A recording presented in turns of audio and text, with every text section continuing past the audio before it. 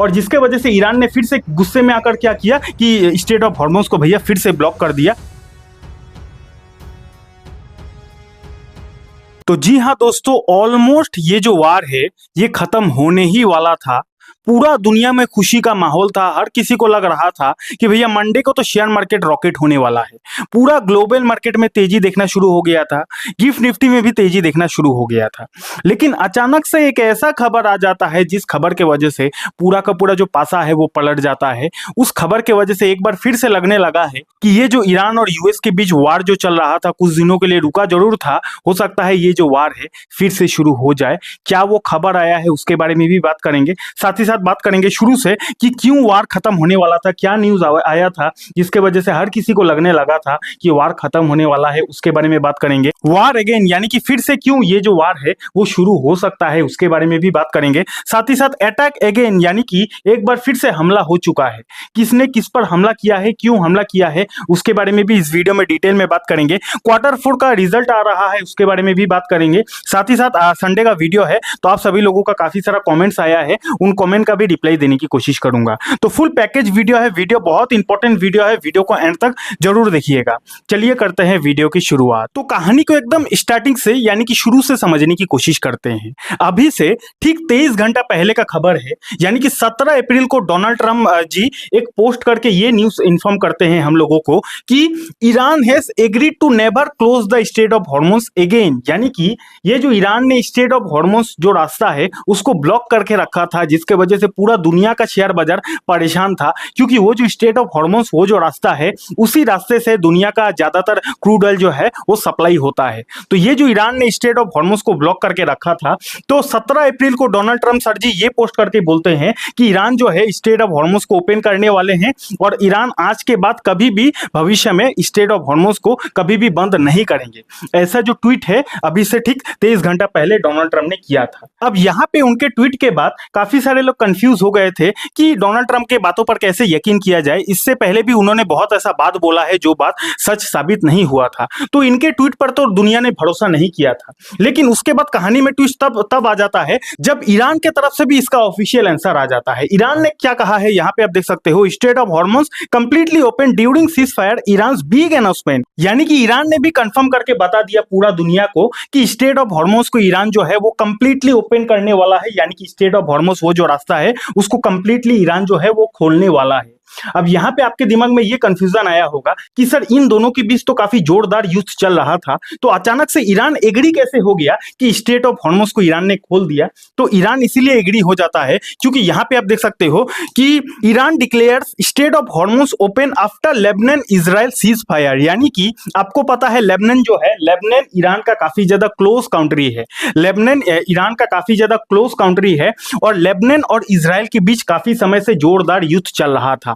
तो Donald Trump ने क्या दिमाग लगाया, डोनाल्ड ट्रम्प ने इजराइल को समझाया, लेबनान को समझाया, दोनों देशों को समझाकर इन दोनों देशों के बीच भैया सीज फायर करवा देता है डोनाल्ड ट्रम्प। और जैसे ही लेबनान और इजराइल दोनों देशों के बीच सीज फायर हो जाता है, उसके बाद कहीं ना कहीं ईरान खुश हो जाता है और खुशी के वजह से ईरान क्या करता है कि भैया स्ट्रेट ऑफ हॉर्मुज का जो रास्ता है उसको ओपन करने का जो बयान है ईरान दे देता है। यहां तक कहानी क्या हुआ है समझ गए ना।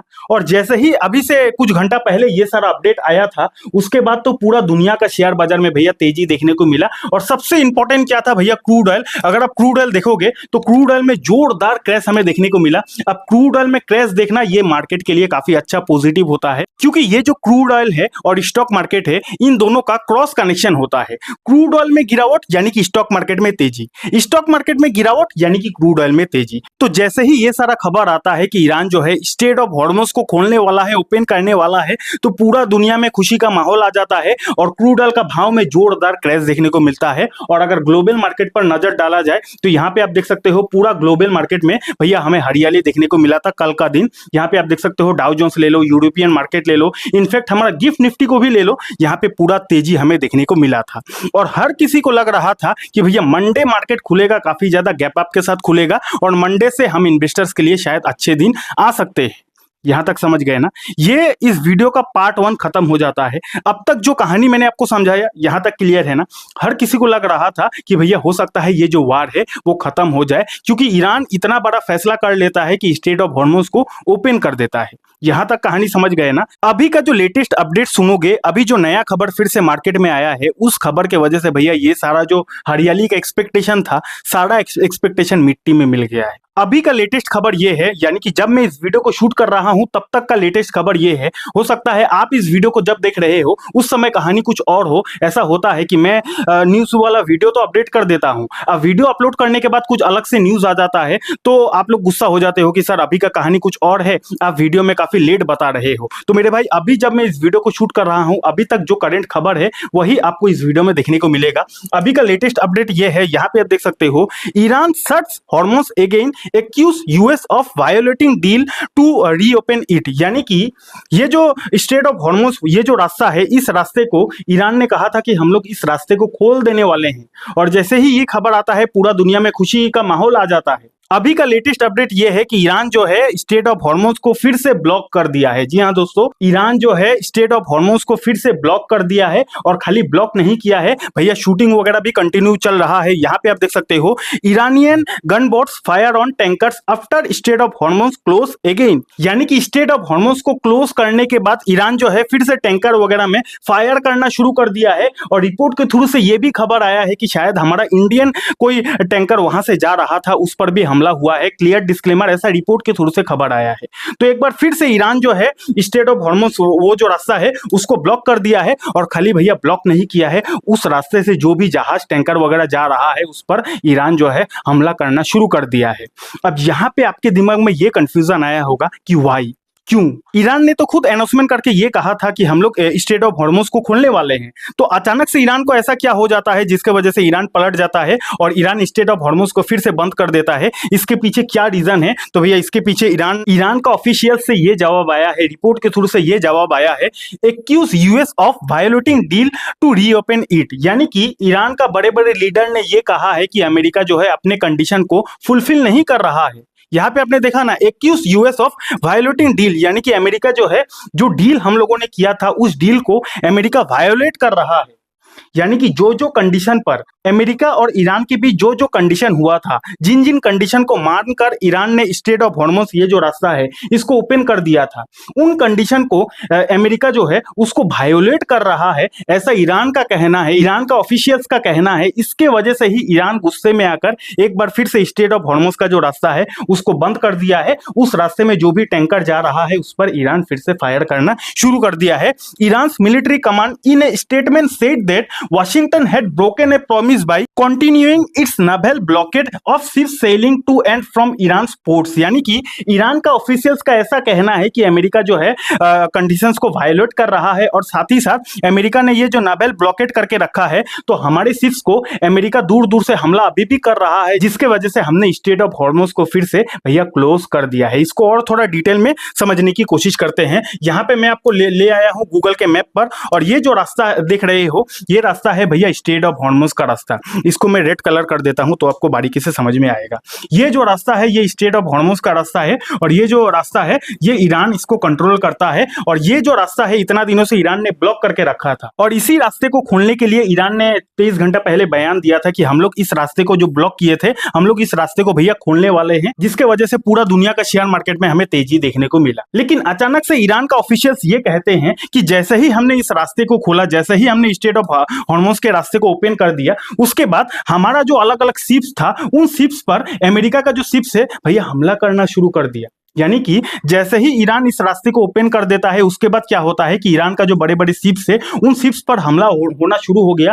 क्लियर डिस्क्लेमर, ऐसा रिपोर्ट के थ्रू से खबर आया है, ऑफिशियल खबर अभी तक नहीं आया है, और जिसके वजह से ईरान ने फिर से गुस्से में आकर क्या किया कि स्ट्रेट ऑफ हॉर्मुज को भैया फिर से ब्लॉक कर दिया। अब स्ट्रेट ऑफ हॉर्मुज को अगर फिर से ब्लॉक किया जाए तो फिर से क्या होगा, क्रूड ऑयल का भाव फिर बढ़ेगा। अभी तो मार्केट बंद है, लेकिन मार्केट जैसे ही ओपन होगा, मे भी ऐसा हो सकता है क्रूड ऑयल का भाव फिर से बढ़ेगा और शेयर मार्केट में फिर से हमें परेशानी देखने को मिल सकता है। यहां तक कहानी क्लियर है? अब बस एक चीज का पूरा दुनिया का वेट है, इंतजार है, वो है भैया डोनाल्ड ट्रंप का आंसर। यानी कि ये जो ईरान ने स्ट्रेट ऑफ हॉर्मुज को ओपन करने के बाद फिर से क्लोज कर दिया है, तो अभी तक जब मैं इस वीडियो को शूट कर रहा हूं, अभी तक तो डोनाल्ड ट्रंप का वैसा कोई आंसर नहीं आया है या फिर वैसा कोई डोनाल्ड ट्रंप का स्टेटमेंट नहीं आया है। तो डोनाल्ड ट्रंप इस चीज को लेकर क्या आंसर देते हैं, क्या रिएक्ट करते हैं, उसके ऊपर ही पूरा का पूरा मार्केट, शॉर्ट टर्म मार्केट का भविष्य टिका हुआ है। इसका रिएक्ट डोनाल्ड ट्रंप अगर नेगेटिव तरीके से देते हैं तो मार्केट का भी कहानी नेगेटिव होगा, और अगर इसका जो रिएक्ट है डोनाल्ड ट्रंप पॉजिटिव तरीके से देते हैं तो कहीं ना कहीं मार्केट के लिए राहत का खबर है। देन अगर बात किया जाए क्वार्टर फोर का रिजल्ट का, तो अभी तक जो जो कंपनियों का क्वार्टर फोर का रिजल्ट आया है, अभी तक तो भैया बहुत अच्छा, बहुत पॉजिटिव देखने को मिला है। बड़े बड़े कंपनीज का जो अर्निंग है उसमें काफी अच्छा हमें ग्रोथ देखने को मिला है। तो क्वार्टर फोर का रिजल्ट का जो स्टार्टिंग डे से काफी अच्छा देखने को मिल रहा है। अभी भी बहुत कंपनी का रिजल्ट आना बाकी है, लेकिन अभी तक तो चीजें जो है वो पॉजिटिव ही देखने को मिल रहा है। बात अगर डॉलर टू आईएनआर की किया जाए तो यहां से भी हमारे इंडियन मार्केट के लिए अच्छा संकेत आ रहा है, क्योंकि इंडियन रुपीस का जो वैल्यू है एक बार फिर से बढ़ते जा रहा है। 92 तक आ गया है, बीच में 95 को भी क्रॉस कर दिया था, जो चीज मार्केट के लिए बिल्कुल भी अच्छा नहीं था। लेकिन अभी का राहत का खबर यह है, आरबीआई का सिर्फ एक डिसीजन की वजह से अगर आप देखोगे तो डॉलर का जो वैल्यू है इंडियन रुपीस के कंपैरिजन में काफी ज्यादा गिर गया है। गोल्ड की बात किया जाए तो गोल्ड में हमें अच्छा खासा वोलेटिलिटी देखने को मिल रहा है। और रही बात एफआईएस डीआईएस की, तो कहीं ना कहीं एक छोटा सा ही सही, लेकिन एफआईएस का थोड़ा बहुत कमबैक हमें देखने को मिला है। मैंने बोला ना कि हर तरफ से चीजें पॉजिटिव हो गया था, सिवाय एक चीज का कि ईरान ने एक बार फिर से स्ट्रेट ऑफ हॉर्मुज को भैया ब्लॉक कर दिया है। अब पूरा दुनिया का नजर है भैया ट्रंप का आंसर, यानी कि ट्रंप इस चीज के ऊपर रिएक्ट कैसा करते हैं। अगर ट्रंप का रिएक्ट नेगेटिव रहता है तो मार्केट भी नेगेटिव रिएक्ट करेगा। अगर ट्रंप इस चीज को उतना ज्यादा सीरियसली नहीं लेते हैं तो कहीं ना कहीं राहत का खबर है, पॉइंट नंबर 1। उसके बाद 22 अप्रैल पूरा दुनिया का नजर रहेगा किस पर भैया, आपको पता है 22 अप्रैल डेडलाइन है। ये जो ईरान और यूएस के बीच सीज फायर हुआ है उसका डेडलाइन कब तक है, 22 अप्रैल तक है। यानी कि 22 अप्रैल ईरान और यूएस का जो वार का सीज फायर का डेट है वही लास्ट डेट है। क्या उसके बाद वार रुकेगा या फिर ये जो वार है और भी लंबा चल सकता है? इसका जो आंसर है हमें हो सकता है 22 अप्रैल को मिल जाए, क्योंकि 22 अप्रैल डेडलाइन होने वाला है। फाइनली क्या है कि भैया स्ट्रेट ऑफ हॉर्मुज पर पूरा नजर रहेगा, एसओएच के ऊपर पूरा दुनिया का नजर रहेगा। यहां पर अगर कोई भी वैसा एक्टिविटी होता है, यानी कि जो हमने रिपोर्ट के थ्रू से खबर देखा कि वहां से टैंकर वगैरह जा रहा था, वहां पर ईरान ने हमला वगैरह किया है। अब अगर स्ट्रेट ऑफ हॉर्मुज के रास्ते में ऐसे ही अगर गोला बारूद चलता रहे तो कहीं ना कहीं कहानी काफी ज्यादा नेगेटिव दिशा में जा सकता है। तो यहां तक कहानी समझ गए। अब चलिए आप लोगों का कुछ कमेंट्स है, उन कमेंट का भी आंसर दे देता हूं। सबसे पहला क्वेश्चन संजय कुमार जी की तरफ से आया है, सर सीई बाई करना होता है और पीई बाई करना होता है, लेकिन सीई कैसे सेल करते हैं और पीई कैसे सेल करते हैं, प्लीज रिप्लाई मी सर। तो संजय जी, आप कॉल और पुट को कैसे सेल किया जाता है, बाई करना तो आपको आता है, सेल कैसे किया जाता है वही पूछ रहे हो। तो मैं आपको बताना चाहूंगा, कॉल एंड पुट को सेल करने का प्रोसेस भी वही है। जिस कॉल ऑप्शन को आप सेल करना चाहते हो उस कॉल ऑप्शन को क्लिक करने के बाद वहां पे बगल में सेल करने का ऑप्शन रहता है, वहां पे जैसे ही आप सेल कर दोगे तो आपका जो कॉल ऑप्शन है वो सेल हो जाएगा। डिस्क्लेमर देना चाहूंगा भैया, ऑप्शन ट्रेडिंग काफी ज्यादा रिस्की होता है, ऑप्शन ट्रेडिंग करे अपने रिस्क पर करे, और जबकि आप ऑप्शन को सेल करना चाहते हो तो ऑप्शन सेल करने के लिए मोटा पैसों की जरूरत होती है, तो इस बात का भी ध्यान रखिएगा। अगला क्वेश्चन आया है राम मिलान जी की तरफ से, क्या रिटर्न फिक्स होता है? यानी कि इनका सवाल ये है कि क्या स्टॉक मार्केट में जो रिटर्न है वो फिक्स होता है, फिक्स रिटर्न हमें मिलता है? तो इसका जो आंसर है वो है भैया N O no. Stock market में रिटर्न का कोई गारंटी नहीं है, रिटर्न का कोई फिक्स ऐसा नहीं है कि आपको इतना ही रिटर्न मिलेगा। फिक्स रिटर्न ओनली मिलता है भैया बैंक्स में, पोस्ट ऑफिस में, एलआईसी में। Otherwise stock market, equity market, debt market में आपको फिक्स रिटर्न नहीं मिलता है, इसलिए इन्वेस्टमेंट करें, अपने रिस्क पर करें। विजय कुमार जी की तरफ से सवाल आया है, हाई लो को मार्क करना है या फिर ओपन क्लोज को? विजय जी माफी चाहूंगा, लास्ट वीडियो मैंने एक इंट्राडे ट्रेडिंग से रिलेटेड बनाया था, तो उस पर मेरे को बोलने में थोड़ा सा मिस्टेक हो गया था। उस वीडियो में मैं कैंडल के बारे में समझा रहा था और वहां पे मैंने बोलते बोलते एक मिस्टेक ये कर दिया। उस टॉपिक में मैं ये समझा रहा था कि कैंडल का जो ओपनिंग है और क्लोजिंग है उसको मार्क करना है, लेकिन दरअसल ओपनिंग एंड क्लोजिंग को नहीं, उस कैंडल का हाई एंड लो को मार्क करके हमें उस स्ट्रैटेजी को अपनाना चाहिए। ये उस वीडियो का मेरा मिस्टेक था, तो माफी चाहूंगा। तो विजय जी, आशा करता हूं आप समझ गए होंगे। अगला सवाल संदीप जी की तरफ से आया है, लॉन्ग टर्म इन्वेस्टिंग के लिए कौन सा फंड बेस्ट रहेगा?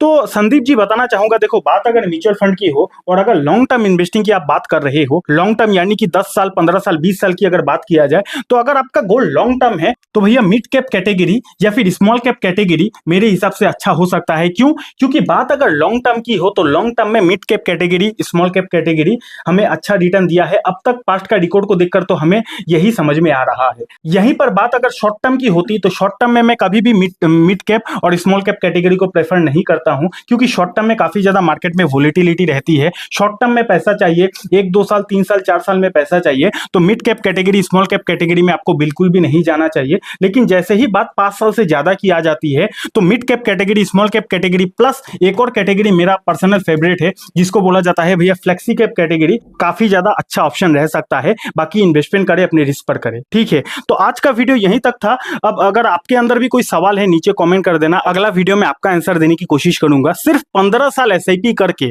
अगर आप पूरी जिंदगी बैठकर खाना चाहते हो, यानी कि सिर्फ 15 साल एसआईपी पर इन्वेस्टमेंट करते करते 15 साल के बाद आप उस पैसों से पूरी जिंदगी अगर बैठकर खाना चाहते हो, ये कैसे पॉसिबल है? अगर आपको ये जानना है तो आप यहां पे क्लिक करके इस वीडियो को देख सकते हो। इस वीडियो को देखो, पूरा डाउट क्लियर हो जाएगा कि कैसे 15 साल की एसआईपी लाइफ को चेंज कर सकता है। बाकी डीमेट अकाउंट नहीं है, डीमेट अकाउंट का लिंक आपको हमारे वीडियो के डिस्क्रिप्शन पर मिल जाएगा। बहुत बहुत धन्यवाद।